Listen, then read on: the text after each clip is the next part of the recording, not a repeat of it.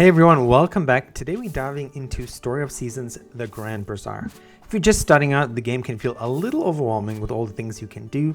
So in this video, I'm going to give you 5 tips to help you get a fast start and make the most out of your first in-game weeks. Tip 1, skip the tutorial if it's not your first farming game. I know tutorials can feel useful, but in the Grand Bazaar, it's actually not too different from any of the other farming games you might play. The game clearly explains the mechanics as you go, and the bottom right hand corner of the screen always tells you what actions you can take. If you've played other farming sims before, you'll catch on quickly.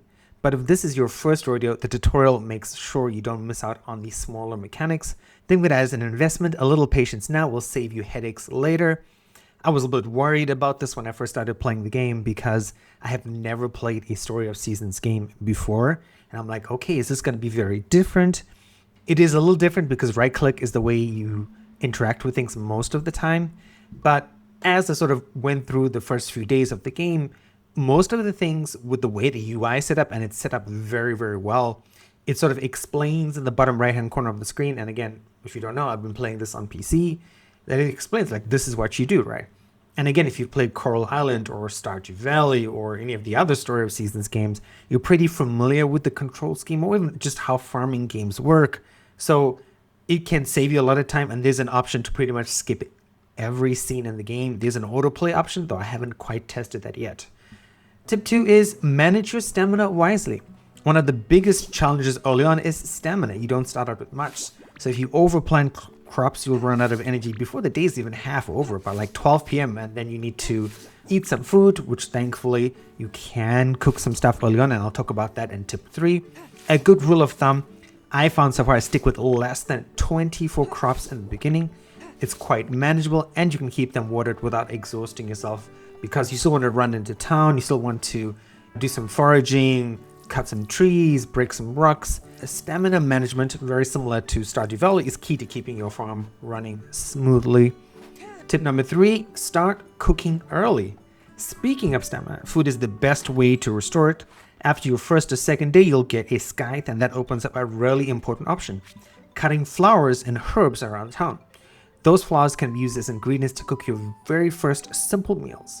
So I think it was on day 2 or day 3 where I figured out that yes, I can make something called herb soup, and I think I can make something called a herb salad. The herb salad, as I found out, is not that great. It does allow you to reduce your stamina cost when you're doing things like chopping wood or planting or watering your crops, that sort of stuff. The herb soup works better in the sense that that physically restores your stamina, and it's pretty easy to get because when you step outside your house, there are usually a few flowers and herbs you can use in order to cook your first food. So definitely take advantage of that, because as the days progress, food in town is quite expensive. I was looking at prices like 400 to 500 gold for an item that just restores a slight amount of stamina. And that's something I haven't mentioned yet, just right, is as you're buying things, you're cooking things, you'll notice that some foods restore a slight amount, some it restore a moderate amount, and some restore a large amount. Of course, being early in the game so far, because I haven't finished it just yet, I've only encountered slight and moderate amounts of stamina.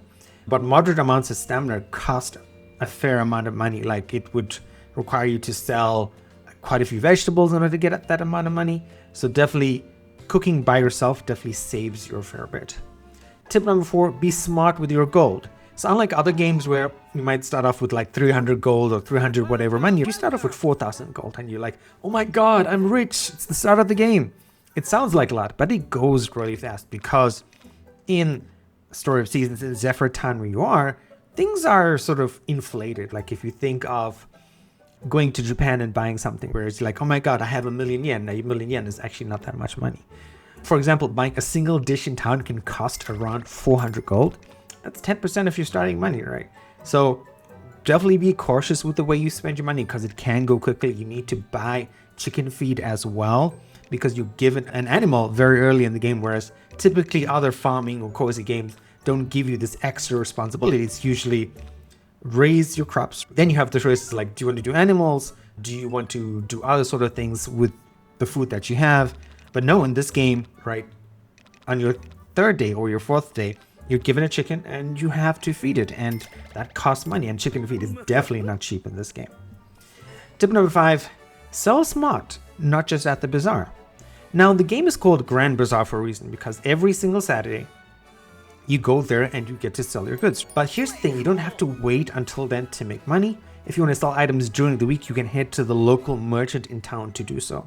Also, make sure to check the selling prices of everything in your inventory.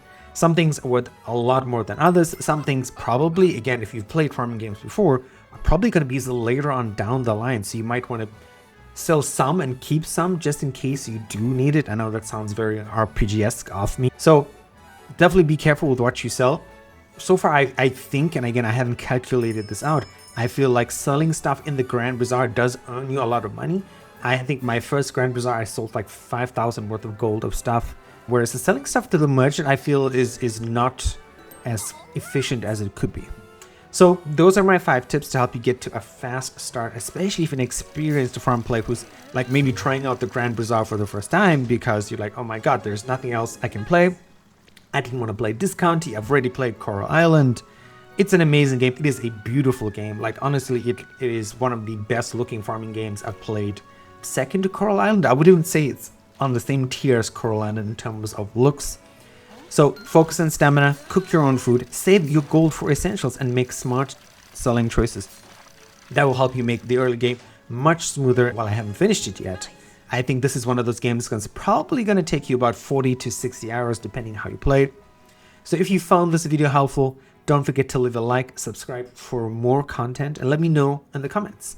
What's your go-to early in-game strategy to make money? Because I'd love to know. I'm sort of trying to figure that out at the moment. And I'll see you in the next video.